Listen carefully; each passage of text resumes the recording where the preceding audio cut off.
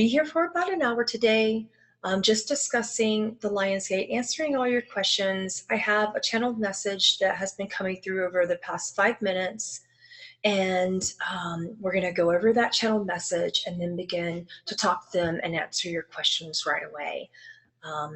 So yeah, let's get started. For those of you who don't know me, I'm Pamela Aaralyn. Namaste. Okay, let's get right to their channeled message that came through just a few minutes ago. Here is what they had to say. This is from the lion people, otherwise known as the Lyran Felines. It is a race of, we call them, the humans like to call things and define things and name things because it makes us feel better. So many soul groups on Earth have labeled the Lyran Felines. There are many races of Lyrans, but this specific race is called the Adonai. That is the soul group that they come from. I will say that and spell that for you. The Christ-conscious collective beings. Prior to incarnation, the soul group and soul stream is called Adonai, A-D-O-N-A-I. When they began to make incarnations and come into incarnations on their planets, particularly Lyra was where they started. And I'll give you a little bit of history actually before we go into their message, because that's just what they're saying is more appropriate so that you can understand the galactic history of this soul group. They came through the Lyran star system, and Lyra was interesting. It had many stars within. This is a whole star system full of planets, and there was one specific one called Avalon. That is the human word. There are no human words that can be adequately translated from the Lyran light languages very well. You have many light languages. You have basic Lyran, you have Lemurian, you have Atlantean, you have various types of Arcturian, you have the Lyran Feline languages, but all of these languages come through the Adonai. The Pleiadians as well come through the Adonai. They began to split off into races, different races of beings, once they were Lyran. So in the star system of Lyra, in the planet that the closest word I can give you would be Avalon, in the Lyran Feline languages, it sounds a little bit more, and it's spelled a little bit more like something that would sound like Ariane. So there's a little bit of a roll of the R. The feline languages are incredibly beautiful, but a little bit unusual. So in Ariane, which is known in human languages as Avalon, there was a split off of duality when, guess what? A Lionsgate opened. Some of the Adonai gatekeepers there decided that duality would be a good experience. They wanted to expand further. So many people ask me this question about the Lyran Felines, why they begin to go towards dualistic universal gains. Well, I'm going to put it to you really simply from what they've been telling me since childhood, because I am Lyran Feline. What I've been told by my own people is that we are bored light beings. We are playful. We enjoy challenges. We do have a lot of love, and in beginning stages of the Lyran star systems, it was nothing but love and light, joy, bliss, grace. I'm giving you some of the emotional frequencies that were involved in that scale of consciousness. We were 10th, 11th, and above in terms of dimensional relevance at that point in time. So it was great, but at some point in time, we just kind of said, well, how can we expand in a different way? Adonai is a unique Christ-conscious collective, and Christ-conscious collectives tend to prefer very hard levels of learning and expansion. So with that being stated, we did get a little bit bored. We opened a portal out of curiosity. Some people call the Lyran Felines cats. They look a little bit that way, but the statement, curiosity killed the cat. Well, in this state, curiosity expanded the Lyran Felines, but it almost killed us first. What happened was we opened what's called a Lionsgate, the very first Lionsgate portal in an 11th dimensional existence in a planet and capital called Ariane. And in that time, we had no idea that duality meant something was going to come in that was very different. Oh, this duality thing, we could create something and formulate in a perspective wherein we see outside of ourselves and learn and expand, and it will be playful, it will be joyful, it will be, quote, fun. Yes, that's what they said to me. The Lyrans are incredibly simple individuals, yet complex in learning natures. With that being stated, we opened the portal, and what happened from that point in time was initially disastrous. We learned very hard that duality meant feast and famine, war and peace, sun and moon, and light and darkness, and pain, suffering, surrender.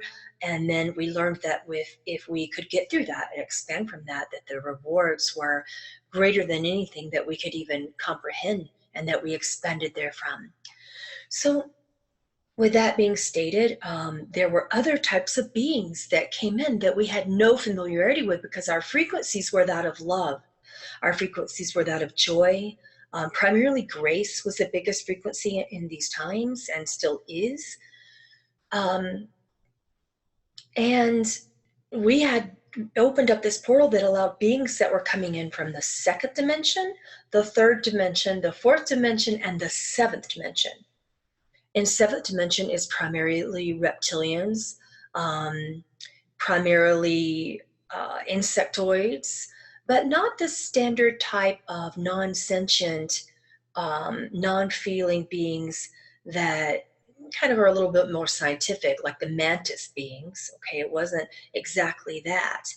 It was the type of beings that would chew you up, eat you up, spit you out, and hold no heart or sentience over it, no feeling over it. So we found that we had awakened to expansion via war, and this was called the Lyran Feline War. You guys can do your research on that through many galactic historians, including my work. With that having been stated, it was horrible, and we were not winning. You know, you can't go up to someone or some being that's non-sentient that wants to just frenetically, aggressively kill you, you know, with no second thought, just squash you like a bug and say, hey, I love you. Can we win this with love? Can we negotiate? Can we talk about it? That it doesn't happen in that way. Hence, duality was created. At this point in time, the Adonai, prior to having these incarnations in the Lyran star systems, were only formless beings, and they did not know how to expand in duality via form. Therefore, we thought it would be a good idea, since we were losing and we would not fight back, we would not even become defensive beings, if we just forfeited, so to speak. If we said, okay, you want the star system, we are aware that we are infinite beings, so we'll go elsewhere. At that point in time, with help from other 10th, 11th, and all the way up to 21st dimensional existences and beings from those planes of existence, with help from many collectives, the Alpha Centauri in particular, various breeds of Arcturians from the Bootes constellation, some of the more neutral, even Alpha Draconi helped out, which we did not expect. Pleiadians helped out. Andromeda, as neutral as they can be, and they standardly don't want to help anyone, and they believe everything should come to its own conclusion and ecology. They even helped out. So basically speaking, we relied upon other beings to leave the planet, and the few that survived, including me, left. And we devolved from 11th dimensional beings. The Lyran felines left, the lion people left, the portal was still wide smack open. We couldn't stick around to close it. And then it began this pattern of opening at a certain time every single year in relation to third dimensional duality, since that was created. At that point in time, this was called the Prism of Lyra, and it expanded, the portal expanded, and different types of beings were created. And also, we left, my particular race, the Hyadians, that's spelled Hyadeans, as well as the felines, some of the Pascats, Paschats is how you would spell that in English. Some of these beings went to Earth. The Pascats went to ancient Egypt and began in Pangaea, actually, before the continents even separated. So yes, the Pesquets went to Pangaea. What happened then? The Hyades went to a star system within the Taurus constellation, very close to the Pleiades, and it is called the Hyades. That is spelled Hyades. And we had to devolve. So you imagine how that felt going into a planet that was essentially a nitrogen dust bowl. And we're kind of tough.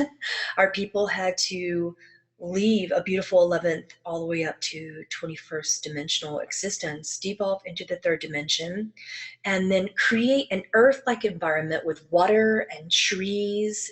And we had to create oxygen from elements that are not Earth-like, they are from the ether. In order to create trees, we need oxygen, we need carbon dioxide, we need all of these things that we did not have. So we created elements from the ether via alchemy. So for those of you who understand why I am called a spiritual alchemist and why so many of you who are drawn to my work are also alchemists now, and in ancient times were drawn to alchemy, that is why Lyran Felines are original alchemists of all star systems. So with that having been stated, we created a planet, but then again, the beings followed us. We had this interesting soul dynamic and negative imprint of feeling crucified and sacrificed. So we continued to attract that because we had opened a dimensional field of duality where universal games were no longer just expand from love. We had no further way to expand. And we did not believe or understand that expansion from duality meant dying and being reborn and dying and being reborn. That was not within our understanding as higher dimensional beings at that time. It could not be explained much in the same way that some of us in the third and fourth dimensions don't understand the 21st dimension. So we went to the Hyades, we rebuilt, we healed, we had the help of Alpha Centauri. Some went to the Alpha Centauri star system, some went into the Tau Cetes within the Tausetian star systems. These are all different things you can research later. We don't have time today. We will be having a class about the galactic history of the Adonai and the Lyran Felines coming up at the end of the month. Actually, I think it is right there at the tail of the close after the eclipse. And on the close of the Lionsgate portal, we will have our class, and we will finish all of this research with galactic history and with more teachings with what the Lyrans are going to begin to teach today, which is life purpose, shedding of negative beliefs that no longer serve you, and opening up to your spiritual gifts, both in the human conscious collective and in individuals. So getting back to the history of it, reptilians followed us to the Hyades, followed onto Earth, followed everywhere possible, and to Egypt and Pangaea and my goodness, Mesopotamia, all over. The Anki and the Enlil were created, for those of you who follow that level of Egyptian and Sumerian galactic history. These were some of the first beings on Earth. So the Lemurians also came to Earth, the Atlanteans came to Earth, and they began their own duality experiments there, known as the Atlantean and Lemurian kingdoms, the Atlantean and Lemurian wars, the Anki and the Enlil. For those of you who follow Edgar Cayce, if you are members of the ARE, you can just go in there and Google, not Google, Edgar Cayce is his own walking, sleeping, talking Google, but you can go to the ARE and do your research. He is one of the dominant Adonai beings that was ever on this planet. He is primarily Arcturian, and he talks about the Anki and the Enlil very accurately. And you can research some of that there, and you can ask questions about that today. So go ahead and start asking. I'm just trying to give such a brief, basic galactic history backdrop for you. The rest we'll cover in our class, okay, on September the 2nd. For those of you who want to get into that, just go to my website, aurareader.com, or you can ask me about it later. So many came to Earth. They branched out into those races: Lemurian, Pleiadian, Blue Avians, yes, come from this soul group as well. But they were not the Elohim Adonai. They were more of the Seraphim Adonai, which came from the more divine masculine versions of the Melchizedek order. So for those of you who follow Saint Germain, many of Saint Paul, Serapis Bey, those are all beings that come from the Melchizedek. So with that having been stated, the Seraphim and the Elohim came together in the Adonai soul group to create all of these races, and the Lyran Felines were the first created beings. They were actually created by the Adonai Arcturians.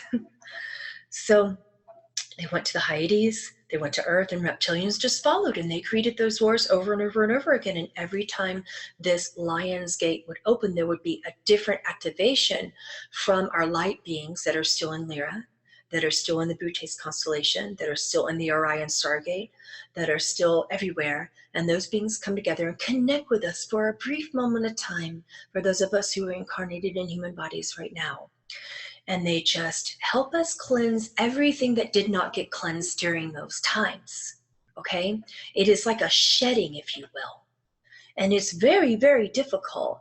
There are many things that you are experiencing that will bring about drastic human conscious collective changes, okay? From that point in time in the Hyades, there were several wars that, were uncovered, and some lost someone, particularly the Atlantean-Lemurian War. Nobody won there.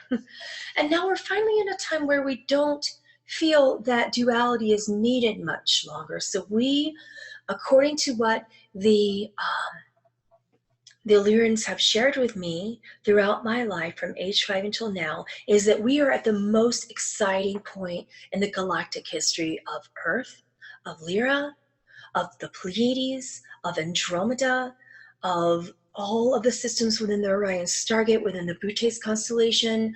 Within all of this, we're all shifting, including non-sentient beings, okay? So for those beings that have killed us over and over and over again, we are stepping into our power and saying, yeah, we kind of just don't believe in death. We're not gonna fight you. We're not going to go into the human representation of what's going on, particularly in our presidencies and our royal families and what the humans have labeled the Illuminati. We're not going to go in that and be afraid any longer. Those wars have gone on since the beginning of time, and look, we couldn't die. We're still here. Because of the universal laws of grace, we're still here. We simply don't believe that we must reincarnate any further.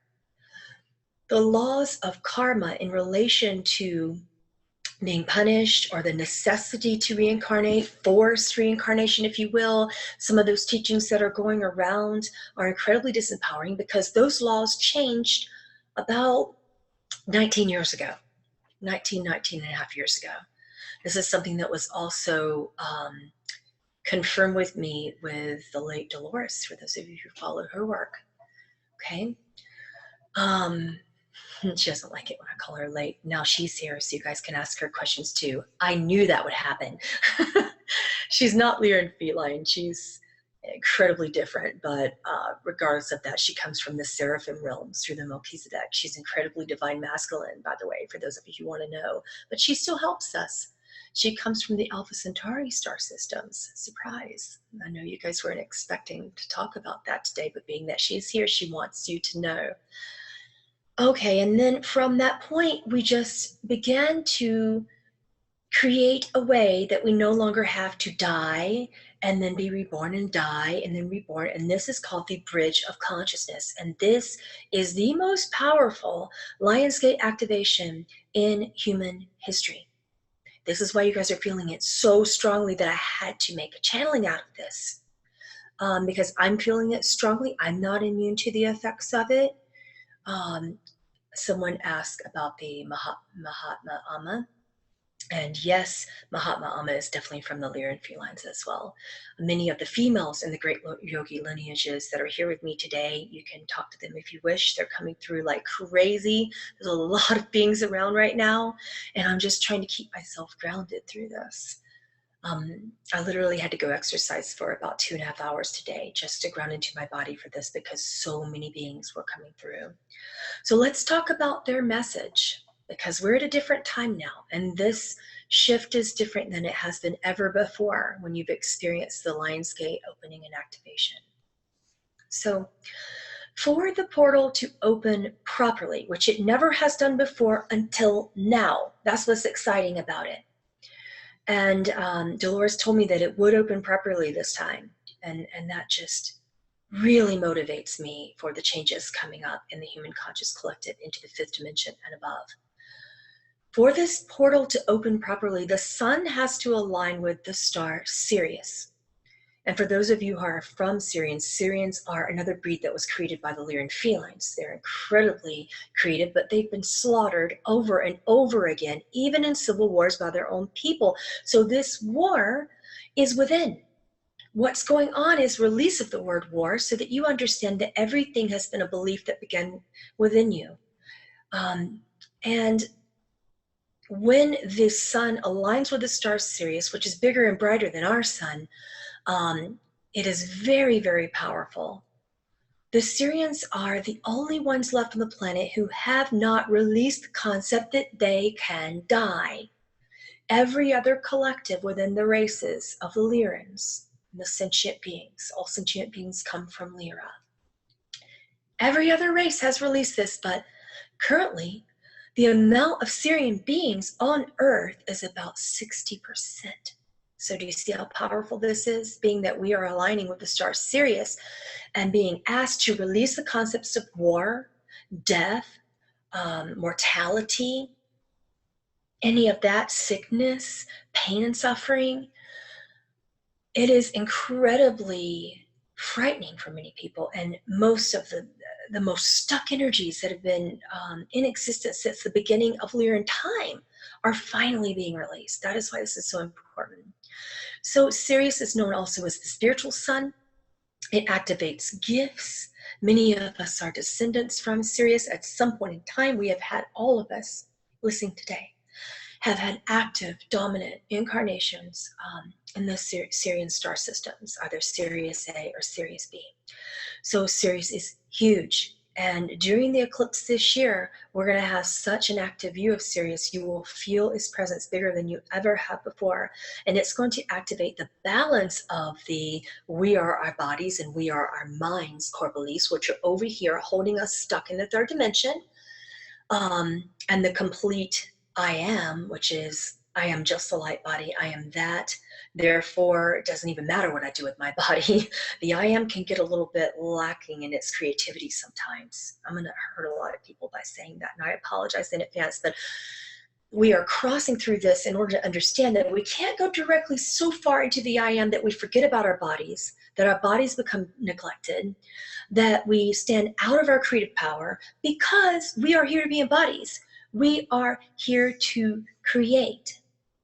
So the balance between creation from the body without identifying with the body and the mind is very important. And that is what is happening for the first time in human history and Syrian history. This is happening. That's what makes it so exciting, because the bridge of consciousness, the fourth dimension, so many people are rising into the fourth dimensional fields. And we are at a bridge in time right now where the third dimension is currently about 49%. And fifth and above, is 51. So we're kind of going like this, and it balances and changes and it imbalances. And if we go too far in any direction, we could have giant catastrophes, financial collapse, natural disasters, wars, civil wars especially were a big alignment this year that we managed to circumvent because of this energy. So do you see how powerful that is? Every single time I look at potentials, because that's all these collective potentials are, that they're just potentials. When people predict things, it's just a potential based upon the current energy of the now. The now is the only thing that exists. We expand from that in each and every moment, and those moments change.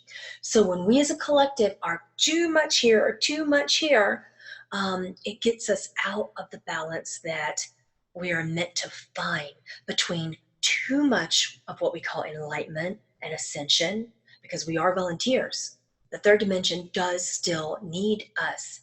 Please don't float away into meditation and forget your compassionate service to the world. This is what the Lyrans have to teach you today. How to take everything that we're teaching you in galactic history and guess what? Be human with it. Okay. So back to what the Lyrans were telling me just a few minutes ago.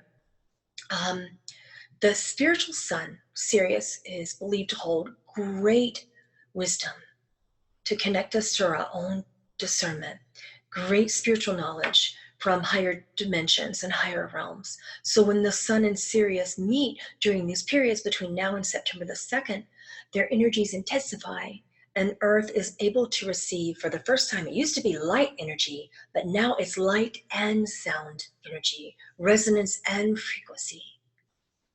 So from all of the celestial bodies that surround us, Earth, Moon, Sun, we are pulling in light and sound. This is what's different about this Lion's Gate activation. So this is specifically awakening us to our own unique purposes, collective spiritual purposes, unique individual spiritual purposes and missions on this planet.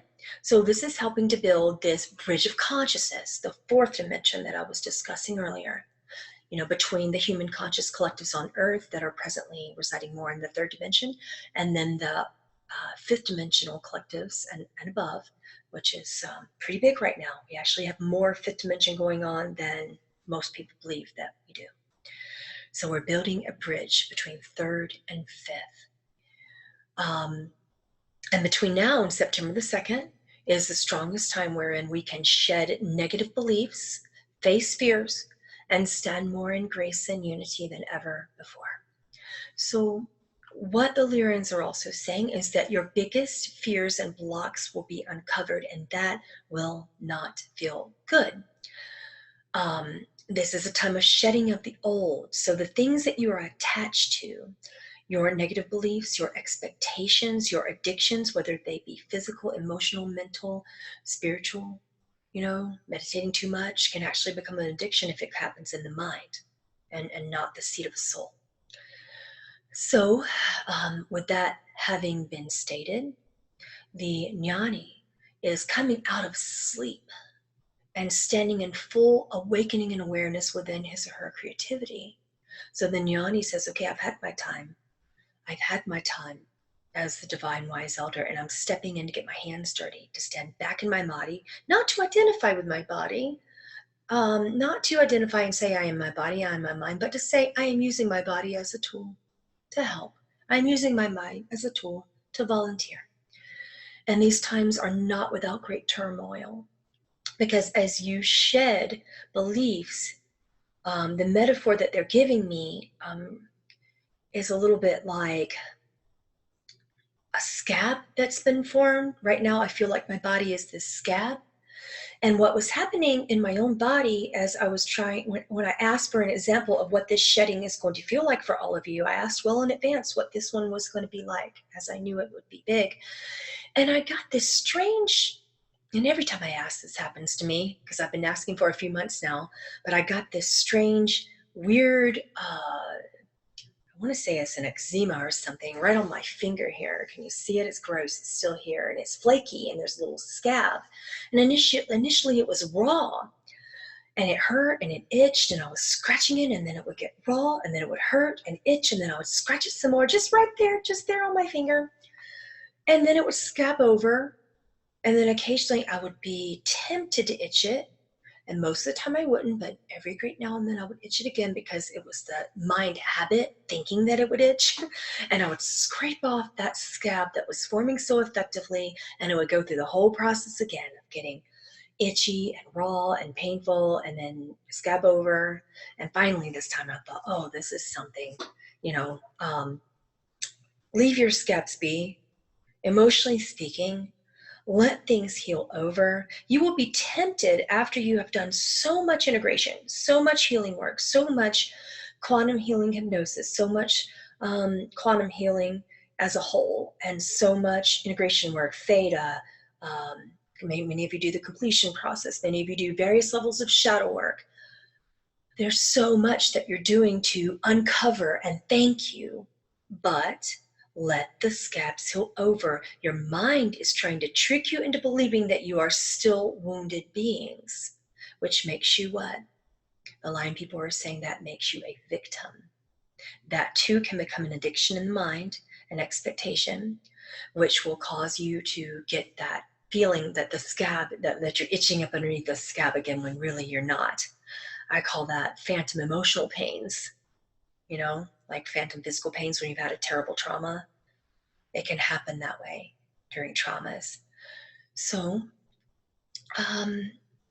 your biggest fears and blocks will be uncovered. It will be uncomfortable. It's affecting sleep patterns. I've noticed that people are gaining allergies that they've never had before to foods and environments. I've noticed that empaths are a lot more sensitive. So all of the core beliefs that you face to stand in your mastery, particularly since many of you who follow me are budding teachers or great strong teachers who have been so for millions and billions and trillions of years. Let's not go in human time here. So all of this stuff is coming up and your minds are coming in to try to trick you. Some of the greatest teachers have come to me this week and have stated, I don't want to be here. I'm thinking, I don't think I would hurt myself, but I just don't want to be here. I don't see the point, and I'm having death thoughts. That's your ego trying to trick you into releasing and going into attachments again. You'll release first and you'll go back into an attachment, and then you'll release first and you'll go back into an addiction to pain. Don't do it.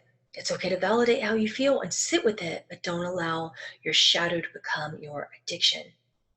Okay? Very, very important during these times. You don't really need processes to heal. I was describing this the other day to someone in my spiritual community, but the truth of the matter is, if you believe that you do during those moments, then you do. If the belief is that strong, do it.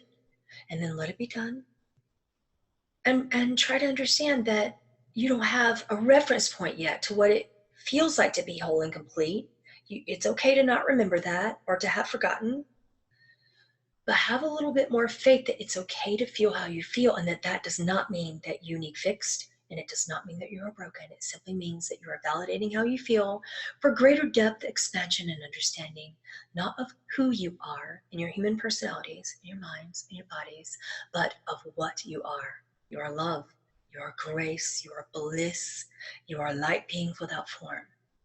You choose this form to expand. So when you feel those emotions that are just grating at your bodies, expanding through the physical, causing so much more in your symptoms, both physically and mentally, just say, okay, this is my body being used as a tool to help further my expansion. I thank my body, I thank my ego, I validate how I feel. And now I ask myself, what would I rather feel instead of this? What is that? What does that look like? What does that mean to me? How can I create with that? Let's go further into the messages from the Lion people today. They're saying this is a time of shedding of the old, bringing in your true divine nature. These times are not easy. We hold your hearts and ours during these times. Please do not hesitate to ask for help, ask for healing, learn to receive love. Particularly amongst yourselves, ask for help and assistance and love. Ask for compassionate support. But the greater challenge we, the Adonai, present to you is to manage your emotional frequencies. And then they told me to stop here and discuss scales of consciousness. The worst is not depression. The worst is apathy. So you think that you felt the worst, but you're feeling something, which means what? It means you are still alive. When you get angry, when you go above that a little bit, you have apathy down here. If you are feeling apathy and you don't care if you live or die, that is actually the most dangerous frequency that you can hold in your mind and in your bodies. Your body will then honor that and will literally kill you. This is where cancers come from. This is where suicide comes in, and people don't even know that it's going to happen. The true suicidal person will often just say nothing because they don't care. They're too apathetic to care. Pay attention, open your eyes for those around you that seem a little off. They seem like they're not connecting to your emotions. These are the ones that need your help the most. The people, the Lion people are stating. So you have apathy, and that means that you are near death. If you have depression, you are shedding something. It is actually not bad to be sad. It means it is a call to surrender of that which is no longer necessary to you. And then you go up a little bit, you may get fears and anxieties and things of that nature. You may go in then at that point into frustration, resentment. You may then go into agitation. You may then go into anger. Anger is a frequency away from empowerment. That's where you're going to go next, because when you're angry, you're looking to take your power back. Okay? And then you're going to go into other levels of neutrality, okay, and balance. And then you're going to start to get to the upper levels, you know, of bliss and joy and love and all the higher frequencies. So please be true to yourself and allow yourself to go up the scale of consciousness to something that doesn't necessarily have to be joy and agape and all of these things, but anything other than apathy and anything other than depression. Just try to get above that and you'll be okay. All right. Okay, back to their message. They're stating that being aware when your emotional frequencies are dropping is the key. Shed what comes up that does not serve you emotionally and transcend it. Now is the operative time to become in the energetic motion of grace. Now is the time to become unstuck. Grace is an energy that requires movement. It is not stagnant. Many people will be surprised because you believe that grace just comes to you. Grace is motion that requires discernment. Operating in the frequency of grace, the best way I can describe it to you is like closing your eyes. I want you to go through this exercise with me for a moment. Close your eyes, okay? Now I want you to just place your hand out in front of you and feel the closest thing. I'll do it with you, the closest thing to you. You already know that it's there. For me, I know it's the computer screen. But before I touched it, I had a brief little questioning of, oh no, is it really there? But do it again, reach out whatever is closest to you, okay? Just reach. You have to walk, get up and do it. Trust yourself to walk to it. Push out your hand and keep going. Keep going. Do you need to know what's next? Do you think you're going to go into something? If you think you're going to fall, you know you can't die, right? You can open your eyes now. Hopefully nobody got bruised during that. So you know you can't die, correct? You know that you are not your body. You know that you are not your mind. So this exercise that the Adonai and the Lyran Felines have presented to you is an exercise of trust and discernment, because without vision, what then? You feel. You move anyway, despite not knowing what's in front of you, because you know that grace is like a net that will catch you. Okay? Yeah, that feeling, that wonder of what's next, what's out there, when it doesn't go negative, you know, that's grace. All right? Just, I know it's an unusual way to explain it. Back to the final thing that they're stating. They're stating, our advice to you is to remove pollution from your bodies, your minds, allowing your external world to align more truthfully, authentically, and gracefully with your internal world. Okay? So whatever you fear the most is going to come up this month, guys. All right? That's what they're saying. And that's why it's hard. Okay? Let's go through your questions. I'm going to pull them up right now.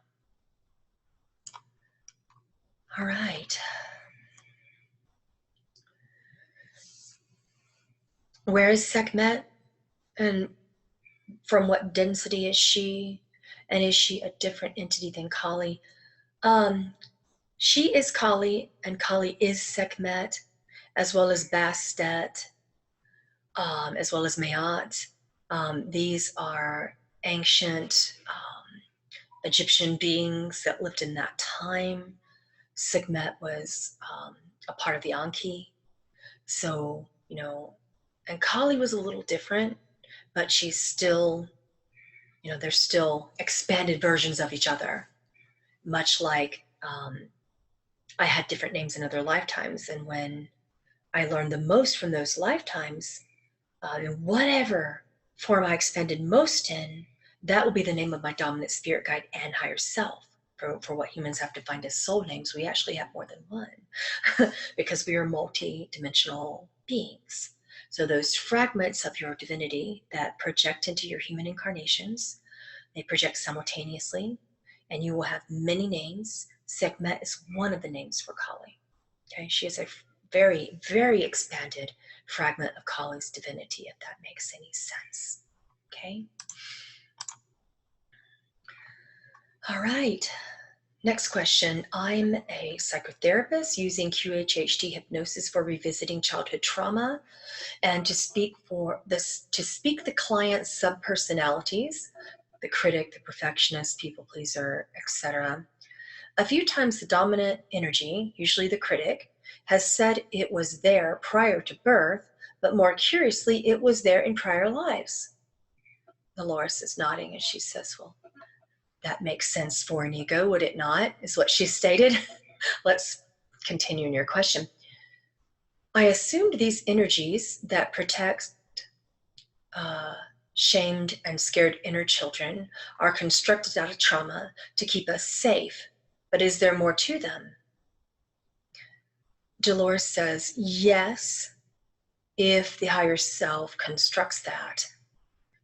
It is all uniquely translated from a being's soul contract. Within their sovereignty, they still choose the particular points of construction within the ego. So some are more complicated than others, she states. I'm just answering who's here, guys, and since she's Adonai, she is going to be here. And back to your question, are they just fractals of our own psyche? We have her again, and she says, yes, but some are more disempowered. These fractals are more disempowered, more defensive, because the traumas are greater, and the defense needs to be stronger in this case. Back to your question, could they be described as thought forms? She said, when you have a body, absolutely they can. And those thought forms rely upon the creativity of that being's higher self. How created were they in this contract?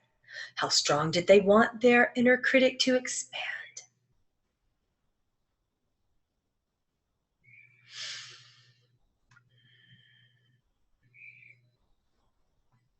She's giving me an image of beings boxing. It's very relevant to me right now. And she's showing a boxing bag, and one being has a big S on one side, and another being has a little s. So they just look like big S, little s. So you guys know what this means. This is higher self, this is self, and this is, you know, what she used to call Mr. Stupid. This is the ego. She says little s may seem strong, but little s can knock a wall in between little s and big S. And these beings, you know, big S doesn't box, okay? Big S just gets the shift from the big punching bag that little s just kicked in her direction. So there's no punching between the two of them. The ego is just so powerful. Have you ever seen my personal trainer, by the way, who she is asking me to reference, is a tiny woman, but she's full of muscle, and she is a boxer. And when she hits the bag, I get away from the other side. I'm a little bit scared of her. I'm like, okay, because she's a tiny little thing, but she gets in there, and you never know she's going to come. And then she's like, okay. And she's like, you know, upper hook, left hook, under, everywhere. And then before you know it, you're gone. So the bag itself, though, is what she's punching, not me. If she's a little less and I'm the big S right here, which is probably not a good definition because she's so much more powerful physically than me.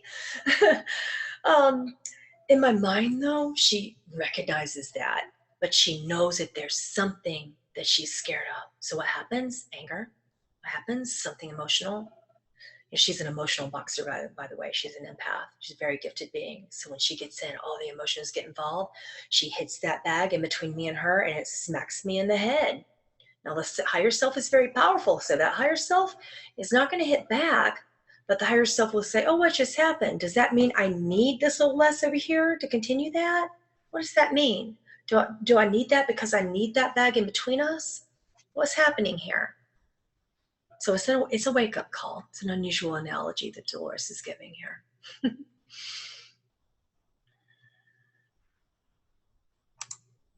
Okay. Next question. Will the lion people What will the Lion people be doing during this eclipse? Can I be doing something? Am I related? If you're asking the question, they're saying you know that you are. And if you're here, you likely are. Most people who have human bodies at this time have some fractal of their divinity that's related to the Lion people, whether it's expanded or not. Okay. The Lion people are unique in their presence. Okay, it is my most dominant galactic origin point, and I've been there more times. I've been incarnated as a lion person, as a Hyadian, as a Pascat, so many times that it's easy for me to explain this to you. The Lion people are strong, but when they come into human bodies, they don't really remember that right away, okay? And they kind of are a little bit like the tiny little boxer that's got this power, but before she knows it, she's just like, I'm a tiny little being. And then one day something goes off in that tiny little boxer and she's like, pow, okay? So basically speaking, the Lion people seem very calm. Did any of you watch the movie The Avatar?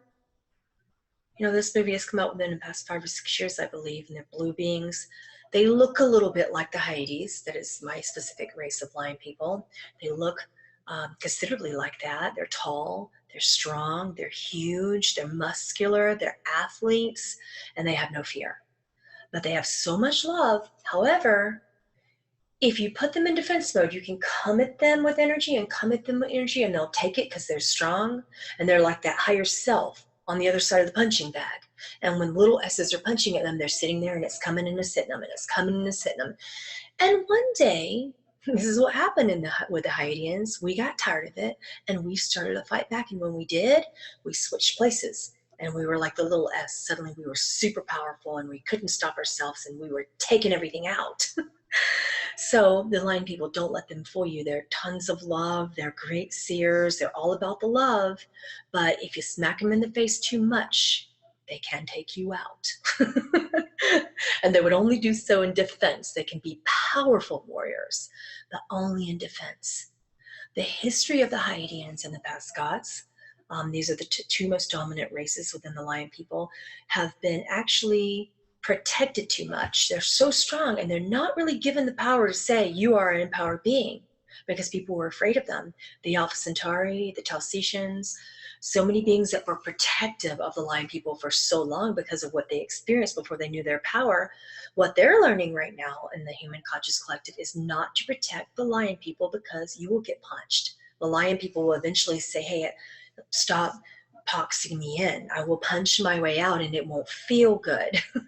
So basically speaking, the collectives on Earth, the Lion people and the Alpha Centauri and the Talcetians are like this with each other. But there's still so much love. So there's this intermingling and complex energy that's happening where they're still very loyal of each other. The only person that can punch a very strong, powerful warrior like the Lion people or a Hyadian or Talcetians, Alpha Centauri, we'll talk about them in another time in galactic history, but they are warriors.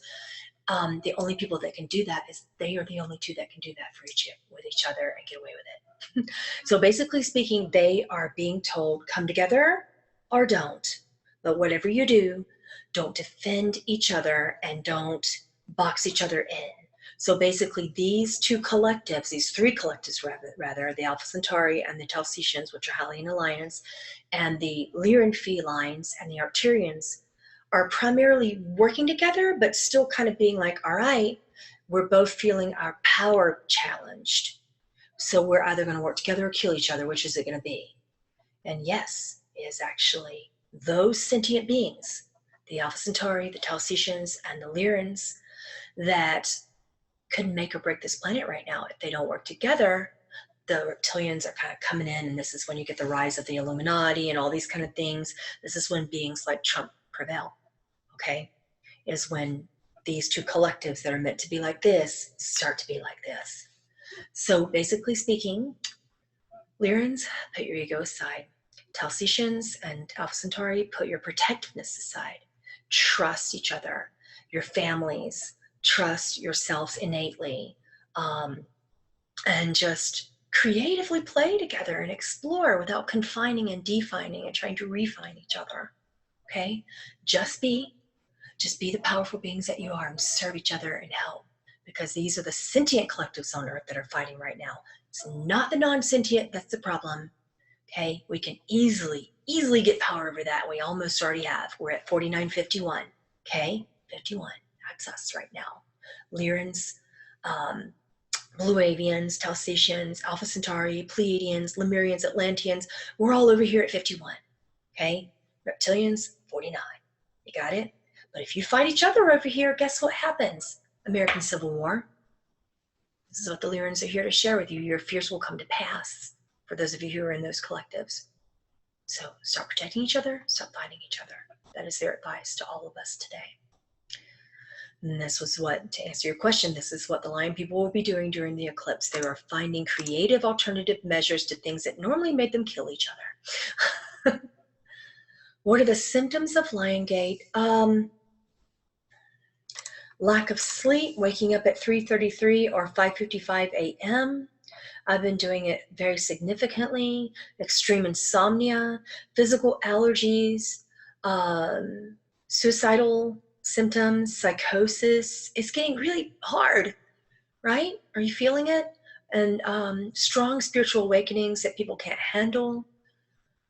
A lot of that's going on right now. Okay, headaches, migraines are getting worse, food sensitivities are getting harder. Okay. Going on to the next question. Who will benefit from this the most? Everyone will benefit. Every single sentient and non-sentient being on this planet will benefit from this. Next question. I am so tired. I've gained weight. Can't feel like starting anything new. Yeah. I've been feeling that too. I think I put on 6 pounds while I was on a vegan diet this past weekend at a retreat. I'm like, how did I do that? So yeah, it's emotional, basically speaking, and it's wrecking the hormones. So you might want to take some naturopathic supplements for a while to get the hormones back on track. Speaking your truth is the biggest thing that opens up the throat chakra for the Lyran feline beings, for the empaths. Lyran felines are strongly empathetic and empathic. So what's happening is your adrenals are just shot. Okay, that's the biggest symptom in the Lyran felines right now is adrenal fatigue. Okay. How do we benefit from it? From the Lion's Gate? Face your fears. Operate in the frequency of wonder. We will be talking a lot about activating life purpose in this up and coming class.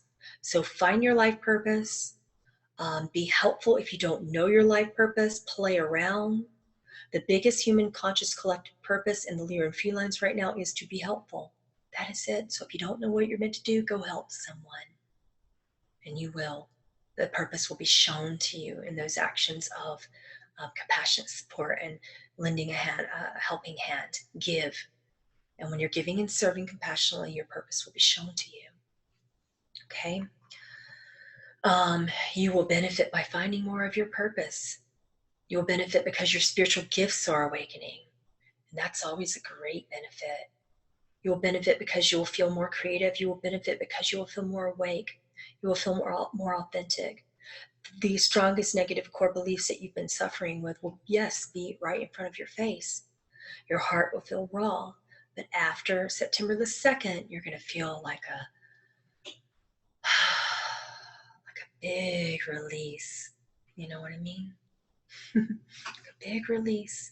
You'll feel some tingling of some energy here. I need to bring this up. You see here in the back of my head, up underneath the cerebellum area there, kind of like the nape of the neck. This is the release point for Lyran felines. You need, cranial sacral therapies, Indian head massage, any sort of work in that area where you just get a gentle massage and release energy work in that area would be incredibly helpful.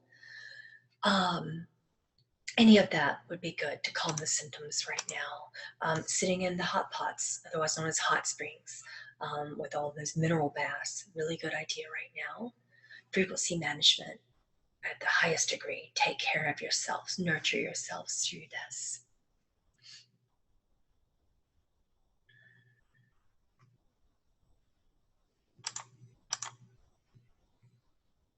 Are Hyadians a part of a Lyran Feline soul group? Yes, they are. They're a race of Lyran felines. Why do Lyrans incarnate into Earth? To be helpful. Primarily speaking, the collective group consciousness of the Hyadians, the Pascas, all of the lion people, as compassion, acceptance, love, and unity. There's some higher purposes. And grace. Grace is a very big collective purpose as well. How can the Lyran felines best support avatars on Earth in their spiritual development process? What they're saying is the Lyran felines are currently the avatars. The avatars need to learn to receive support.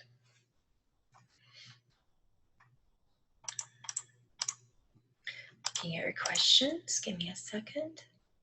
What is life currently like in Lyra? That's hard for me to explain in a way that involves human reference points. I'll try.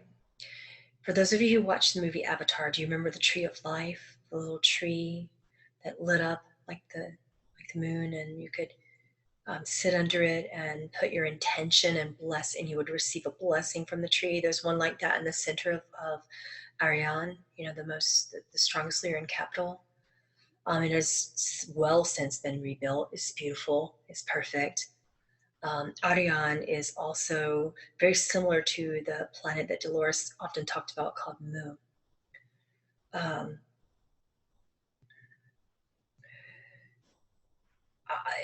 It's hard for me to explain it because the human part of me has no words for what this is because they aren't human words. The elements are different. There is something that's similar to oceans there and water, but it's a little bit more like plasma. And when you get in it, it becomes you, and you shift forms by standing in these. The best concept I can tell you would be like a plasma pool. You know how like humans get into hot springs to sort of settle their energies and hot tubs and things of that nature, and the minerals in the hot springs rejuvenate them. The plasma pools in Ariane actually don't just like become absorbed through your skin. There isn't really skin in Lyrans because they are shifting all the time. But anything that doesn't belong there will be shifted out immediately. So it's a cleansing mechanism. It's like water is set thick. When you get in it with any form, it would feel like moving through jello. See, I told you, trying to describe life in a planet that doesn't have human reference points is going to be very, very, very strange.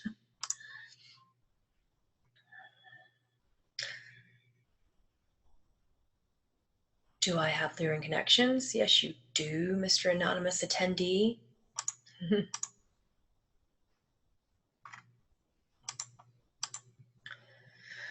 I was listening to someone yesterday, I'm reading a question, saying that this race was not specific to Lyra, but a planet in Sirius. Yes, yeah, but they spread out. They started in Lyra and they spread out to Sirius. They spread out to the Pleiades. They went to Andromeda.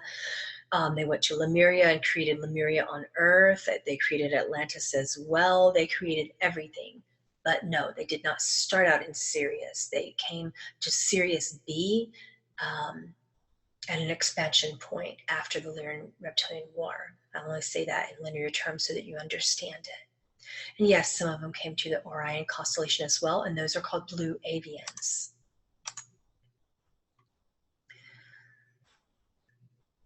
Is the concept of fourth dimensional Earth still relevant in this time-space reality? It's becoming relevant, Dolores just said. And if so, what can we expect as souls ascend to the higher dimension? It's different. Ascension is based upon your unique sovereign soul contracts. Ascension, for me, I felt it every step of the way. It has been incredibly treacherous emotionally and physically for me. But some people don't get that at all. They meditate their way into bliss. It is a different experience. Next question, do the Procyon ever come from the same, do the Procyon come from the same soul group? Adonai, I think is what you're trying to say. Procyon come from the Seraphim. And they come through, then they came through the Pleiades through a collective called the One. For those of you who understand that collective, they're very unique. Procyon are a race of Pleiadians. Are Lyrans connected to the Egyptian gods? Oh, absolutely. Because when we began as Lyran Felines to come to Earth, they're saying we branched out into Syrians were on Earth, Lemurians were on Earth, Pleiadians were on Earth, Blue Avians were on Earth. Blue Avian, not so much in form. Arcturians were there, but not in form. They came in and out, shape-shifting in and around as needed. But the forms were human, Anunnaki. Anunnaki were the Anki and the Enlil. You can do your research on that. The Sumerians were a version of the Anki. The Enlil were from the Ra group. And the Enlil were Horus, Sekhmet, Nenharsag, Bastet, Maat, recognizing all these names as Egyptian and some Sumerians. They came in as those beings. And they also came in through Lemuria. Some of the gods were Lemurian. So that is a branch off of the Lyran Felines. That was like the next step up. Okay, the next evolution, if you will. Next question, how does the Lion's Gate relate to the total solar eclipse on August 21st? And what does it mean for Earth and Earth's humans in terms of changes, shifts, awakenings, etc.? I think we've already answered that for the most part. It's just that the awakenings will become stronger, the shifts will be more. Have you noticed the frequency of the human conscious collective right now, they're stating, is anger? I've been trying to stay off the roads, but it's hard because I'm a go, go, go person and I have a lot to do and I help a lot of my friends and I'm gone quite frequently. My family and I go around a lot.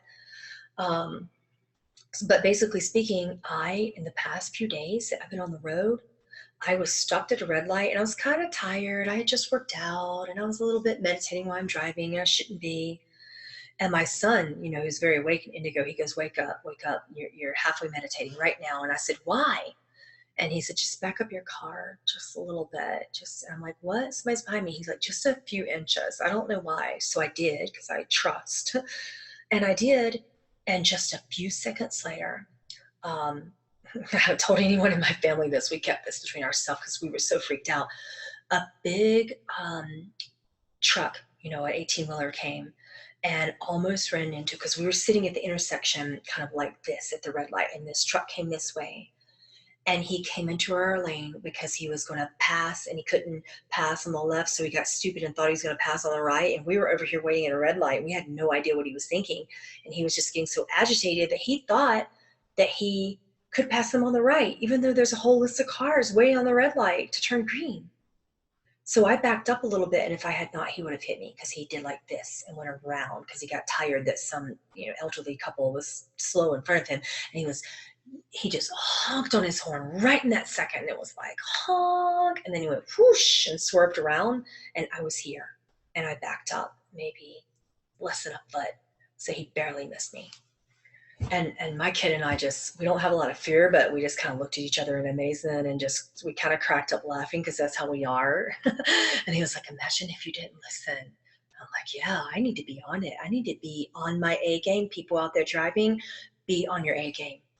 That's what the Lyrans are saying here. Be alert, be aware. Humans are angry. And the reptilians that are kind of losing the battle here, that are in those human bodies, hold compassion for them and understand that they're extremely angry right now. Okay? Driving is not great right now. It's not the best on the roads. Pay attention. Not that the Lyrans are driving. We always drive really calmly, almost too calmly. But you have to be almost in a defensive state when you're driving because reptilians right now are in an offensive state behind the wheel. Okay? So just a little heads up. Anger's big right now. I was in the gym today and there was someone boxing, and this is before my trainer came in, and he was training with someone and he almost hit his trainer in the head. He was like this close, and it's because emotions took over. And I went, oh my goodness, imagine if, you know, people are honking at each other. Someone said in the Starbucks drive-through, I've been noticing that people don't like to wait. Someone yelled in the grocery store. No, it wasn't a grocery store. It was somewhere. I was waiting in a line somewhere. I think it was to take my kids out for breakfast yesterday. And we were in line and someone yelled because the line was too slow. Yelled at an employee from 10 people back. Cursed at her. This is just a little college student trying to pay her way through college, I'm sure.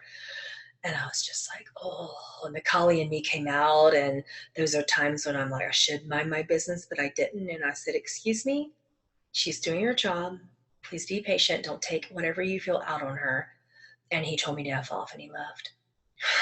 So the collies of this world may feel that feeling to need to kind of step up and defend, you know, the Lyran felines. If you feel that, do it, but do it in love, okay?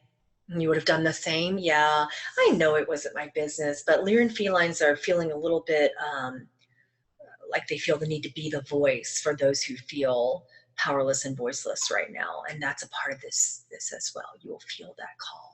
I'm not going to say do or don't do it. That's your personal decision. I did, and I still do, and I probably always will. Next question.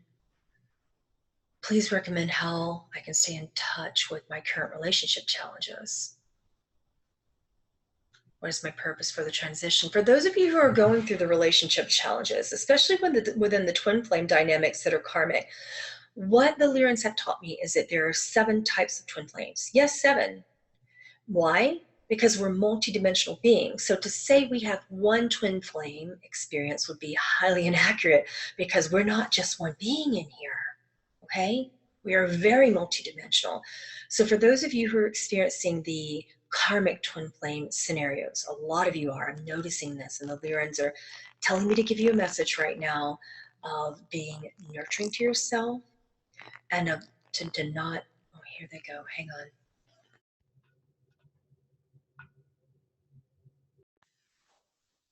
There is a microphone challenge. Hopefully it's good now.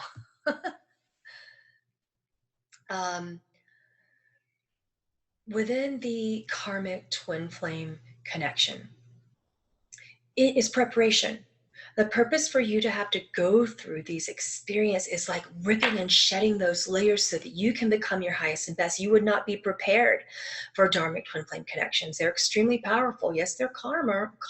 Yes, there's no fighting. Yes, all those good rewards are there, but they are extremely challenging because you would not be ready for dharma.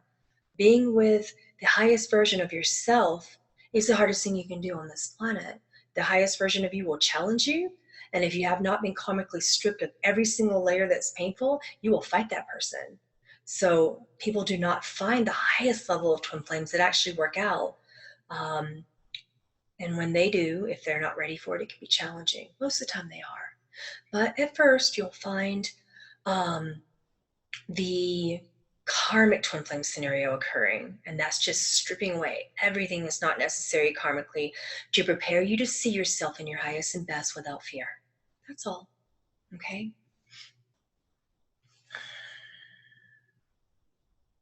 All right.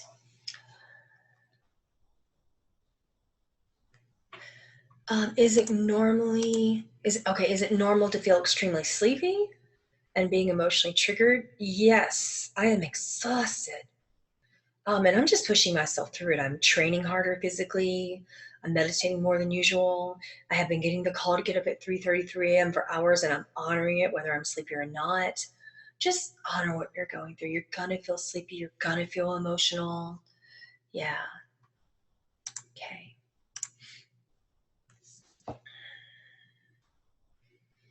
How do we know if we're part of the felines group? Let me give you some tips on that. The Lyran felines have often come through with purposes collectively of equality. So when they come through female bodies, they were very powerful females. They're not little, petite, strong. They're strong in their stature, muscular, tall normally. We're just bigger. We're curvier, we're stronger, we're more athletic. We have Lyrans come in, when they come into the physical bodies, they have very strong backs. You'll notice that a woman's back who's incarnating through a Lyran Feline almost look like a guy's. It's like, unless she really works on it, she can actually work out too much and look a little bit too masculine. But and that's just the appearance, but in the emotional realms, they're actually incredibly sensitive, empathic, creative. They're normally artists or singers or something musical. There's normally something that's sound related. Artists of some kind, of any kind. Artistry is very big. Dance is strong, or ice skating, something where you're moving your body. You have to move your body a lot as a Lyran feline, or you just don't feel comfortable.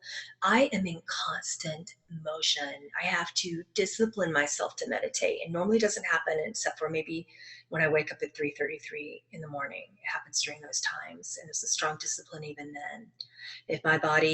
If I'm awake fully in my energy, I have to be moving. It's just an energy thing. Lyrans have a lot of physical energy, so dance, creative expression, ice skating, ballet, lyrical dance more than ballet though, it's a little too structured. Crazy stuff, rappelling, roller coaster riding. Yeah, I've done all that crazy stuff too. You know, you'll feel the need to challenge your body and push more than most people.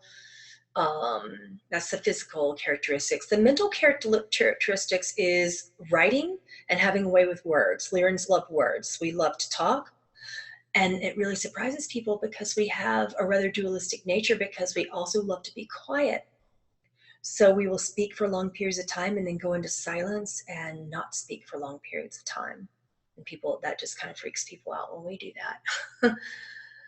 Let's see. Absorbency is sometimes a problem in the physicality. When Lyran felines come into humans, they have a hard time absorbing certain nutrients, particularly sugars, while also being strangely addicted to them. What else? Lyrans have the perfect balance of intellect, but it's a creative intellect. It's not strategic, it's not logical, but we just have a knowingness of things. Like many Lyran felines are strong medical intuitives, and we can just look at the body and just pick up things very fast. Lyrans are fast learners. They are very good listeners, and they know how to read between the lines of what someone's saying and what they mean. Lyrans are incredibly telepathic, and Lyrans are also the strongest race currently on this planet that is about service and helpfulness. So the Lyrans are the ones that'll help you move, help you pack, come help you learn how to walk and speak and breathe again if you ever had a stroke. Lyrans hold a space of recovery and restoration like none other. If you get sick, have a Lyran around. They'll cook, they'll clean, they'll do anything possible for you without having to ask. But Lyrans are also the strongest race on the planet who goes through emotional burnout. And then get kind of angry about it and just say, I'm so burnt out. But you won't really hear Lyrans complain. They keep it very private and they don't like to ask for help. Lyrans are excellent swimmers. They enjoy water because they're part Sirian. So Sirians come from our oceans. The first Sirians on this planet were dolphins, some of the ancient dolphins and whales, what humans know as mermaids. It's not really that in Sirius B, but those are Sirian beings, and they are part feline. Strange, right? They come from that DNA. The felines created the Sirian beings. And music. I did say love for music. Sound heals everything with the Lyrans. Everything is sound and frequency oriented. Lyrans are very shamanic as well. They're the healers of the planet. There's just a lot. Next question. I've been working on balancing my divine feminine and divine masculine, and have been experiencing increased pressure in my solar plexus as well as emotional release. Good. Your line people said, good, just like that, strongly. Would they please provide any advice on what I need to do during the cleansing? You personally need more salt. Have you noticed that Lyran feline beings, for those of you coming in and incarnating through the human right now, that you get incredibly imbalanced in the electrolytes? coconut water. I know you're not cows, but I actually carry around a little tiny salt lick I know it's so strange. I got it in a crystal shop and it has changed my life. My Lyran Feline higher self guide, Katara, advised me to get it when I was in a crystal shop recently, a couple of months ago. And I just carry it around in my gym bag. And sometimes when I think I'm hungry, I'm actually not hungry. This is a big tip for those of you who struggle with your weight and struggle with hunger and food addiction like I do. Big deal in the Lyran Feline race, especially the women. You are not hungry. You are imbalanced in your electrolytes. So when I think I'm hungry, sometimes I can just pull out my little salt rock and lick it and and then wash it and put it away. And then I'm like, oh yeah, I wasn't really hungry. Something else was going on. Hey, I'm just keeping it real. You can definitely, someone said, you're killing me, Pamela. I'm like, yeah, but I'm real. Your Lyran guide said, watch the death thoughts. Are you guys experiencing that too? I got back from my workout today and I said, oh, I feel like death. I'm just going to go die right now. I'm going to go crawl in a hole and die. And Katara said, stop it right now. And she was very strong with me. She also has a bit of an interesting accent. And when I channel her, it comes right out. So yeah, no more death thoughts. You can't say you're killing me. You can't say I feel like dying. Yeah, even if it's valid in that moment. And it's not so much that it comes out in a way that you're not even thinking. It's so sneaky, these death thoughts, okay? Lyrans are masters at alchemy and immortality. This is the strongest gift back in the Hyades, okay? Strongest talent, strong point, big time. So if you want to live forever, don't say death things. I'm totally terrible at it, by the way. No death thoughts. Next question, what would our etheric family encourage us to do right now to evolve and grow into our inner knowing, our gifts, more quickly, especially during the Lionsgate being open? I asked that question today because I knew someone would ask, and they gave me an example. It was a little image because they're very visual beings. Lyrans are all visual. And Katara was standing there with a big giant bowl of spaghetti. She's like that. She likes to play. And she was dirty. She had like marinara sauce all over her and she was giggling and laughing. And Lyrans don't care, you know. We do not care what we look like half the time. So she's sitting there covered in spaghetti and I said, what are you doing? She's like, I'm playing. What are you doing? I'm creating. Get off your butt and try it too. Lyrans are a little bit saucy, guys, when you channel them. So I said, so what do you want me to do? She said, got a little bit of anger right now. I want you to play with it. Like, huh? I don't play with anger. I said, no. And she said, you're angry. You need a box. I said, oh okay. So today I started boxing, and that was my way of throwing the spaghetti. So she showed me this image of her, and she had a piece of spaghetti, and she grabbed it, and it was all falling through her hand, and she just smacked it on a wall, and then it slid down. She ran to catch it, and she missed. And I'm like, oh, you didn't get that one. And she's like, oh, no, failure. First attempt in learning. Try again, you know? And then we just kept going. So I grabbed some spaghetti with her and we just playfully started throwing. When you're finding your purpose, it's a little bit like that. It's messy. It should be fun. There's no such ability to conceive of failure in the Lyran Feline mindset, okay? And again, keep it real and don't worry about what other people think about you. That is the biggest message I've been getting all day long. What people think about you is none of your business. What exactly are the dates? It was August 8th for the beginning and the strongest, well, not the beginning, but the strongest part of the Lionsgate activation. That was a big day, a hard day for everyone. I remember, I believe that it might have also been the day where I was thinking about going somewhere and my management team called me and said, yeah, don't. I'm like, why? And he's like, oh, well, I was on the interstate and there was a lot of traffic and I found out that a plane crashed into the interstate. I'm like, huh? He's like, yeah, small little plane, lost control and nosedived right into the traffic. Everybody died. Like, oh my goodness, more mortality thoughts. They're catching me on that. But yeah, just catastrophic things happening everywhere. 4 deaths during that plane crash. Someone locally just said to me, yeah, So I don't think anyone on ground died. That was a wonderful degree of angelic protection there. Amazing. But yeah, the people in the plane obviously did not make it. And that someone said that recently happened on the 405 in LA and everyone lived. That's even more amazing and more miracle. I thought it was a miracle that no one on the ground perished. So basically speaking, it's a lot of bizarre things are happening involving challenges of our concepts of death and being hurt. Okay. So, and yeah, many of you have lost loved ones during this time. And my heart goes out to you. I hold your hearts in mind, as do Katara and the rest of the Lyran Feline collectives in the Adonai. So loss is a big thing right now. The rest of the dates, the 23rd is a big one. The 21st, the 22nd, and the 23rd are very profound dates because the eclipse, is within that time frame. And then the 2nd is another profound date because that's the closure of everything, the ending of it, okay? How do I know if I'm part of it? Okay, we've already discussed that, sorry. Just looking at your questions. How are the Anki and Enlil related to Lyrans? Because Lyrans created the Lemurians, and the Lemurians are descendants of the Anki and the Enlil.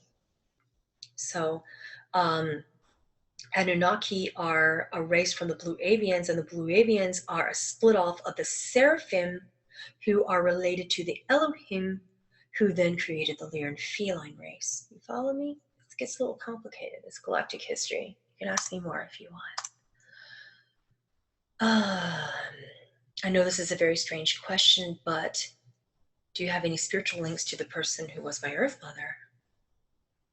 I don't have, yeah, you're going to have to ask me later, probably in a session. That's going to take a long time to get. Are my house cats affected? I don't know about yours, but mine is. Yeah, they're getting a little bit more aggressive. Yeah, a lot more aggressive lately, and then going through bouts of sleeping, and then wake up wanting to scratch or wanting to meow or being more vocal and being more aggressive.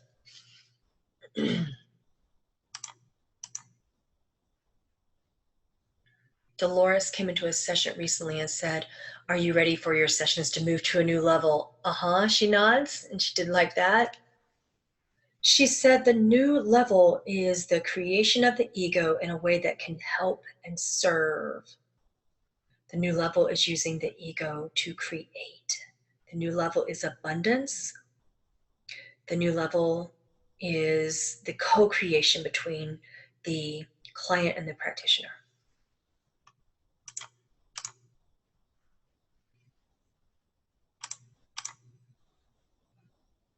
Pleiadians are also in the Taurus constellation. Someone just said, yes, they are. Was Michael Jackson a feline? He absolutely was. Purpose was unity. I really want to channel him one day. I like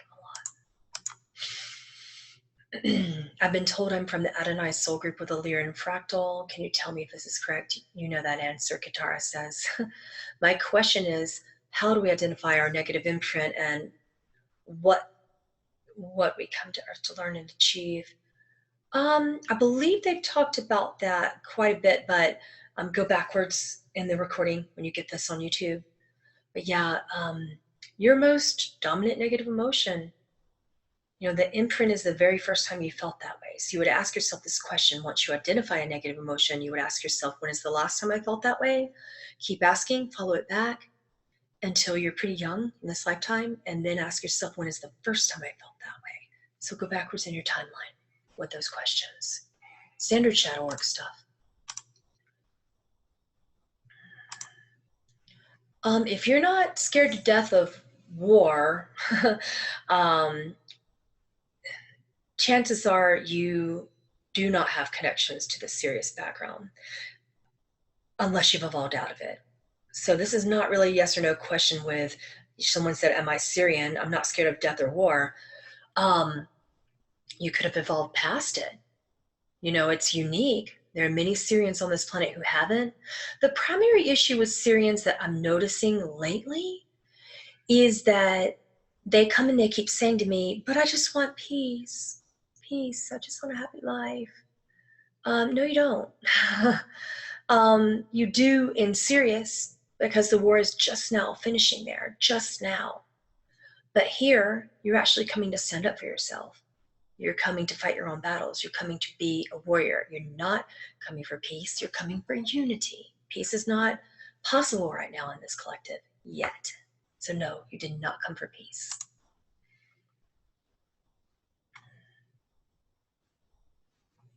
Next question. I've heard that during this portal activation, a lot of us will receive our gifts. Katara's nodding. Looking forward to getting my gift of sight. And now she's shaking her head. Is it true that we will get our gifts then? Yes. For most of you, if they will begin, or if they're already there, they'll get stronger, one or the other. But if you attach to a gift, so many people, Katara is explaining, are attached to the gift of sight as if that is the end all know all. Not everyone, sorry, she's saucy. Not everyone is meant to see. There are stronger gifts. Don't get attached to the gift of sight, okay? It will come exactly when it's supposed to. But for you who asked the question, yes, you're actually getting your gift of sight and you are aware of this. Okay, next question.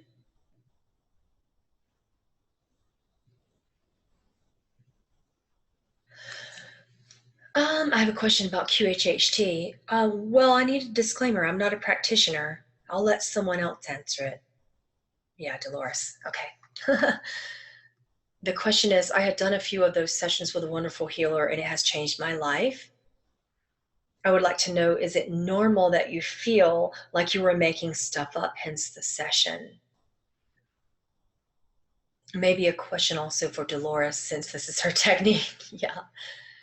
My healer told me that with our session, she feels such an energy like never before, so much that on our last session, she almost fell asleep because it was that strong. Yeah, that's, practitioners are waking up too. It takes a lot to hold a space for that. That's normal. And yes, Dolores says it's quite normal for you to feel as if you do not reach the somnambulistic state. It is not always relevant. You could possibly not be ready to go into some somnambulistic states. And if you're not ready, don't force it. It happens for some people. For some people, it is not within their alignments that they will heal in this state, she says. So I understand how you guys are feeling because you read The Convoluted Universe, however many versions of them there are, 4, maybe 5 now, right? And they are full of these stories where people were completely hypnotized and saw all these amazing things. And it does happen, but sometimes you're not ready for it. And sometimes you never happen at all. Sometimes it's just the higher self. And Dolores corrects me. She goes, no, not just the higher self. The higher self is it. Why do we need something fancy and magical to talk to the higher self? The higher self is you. It's going to feel like you. And if you are seeking something external, it is going to feel as if you're making it up, she states. I love when she jumps in and corrects me. Will this happen to unconscious people who decide to cope as well? Or will they have no choice? The awakenings are happening, and I'm noticing that they're happening whether people like it or not. I've had 3 clients go into psychosis in 1 week alone because they were not ready to handle what the guides had to say and what the guides were expressing. Okay? It's not that you have no choice. You always have a choice, but I advise really, really dealing with the emotions when all of this is coming up. Don't avoid the emotions. Don't avoid your 3D reality right now, and keep it functional. Keep it grounded. Keep it real. I'm going to take one more question because we just ran out of time. We've been at it for about an hour and a half. Give me a second. How can I harness and manipulate this Lionsgate energy to help me stop my addiction patterns without having to take drastic measures? Katara stands forth and she said, it is cold turkey right now. It is hard. Drastic is the way to go. Just stop. Even if it hurts, and face the hurt, face the emotions that come up. And with help, from your shaman or from your doctor, while having someone to hold the space, take a drastic measure. Now is the time for those drastic measures. Now's the time for go big, go home guitarist days. All right. I love you guys. Thank you so much. And we thank the Lyran collectives today and the Adonai who are so strongly here. Hope to see you soon. I'll let management end here.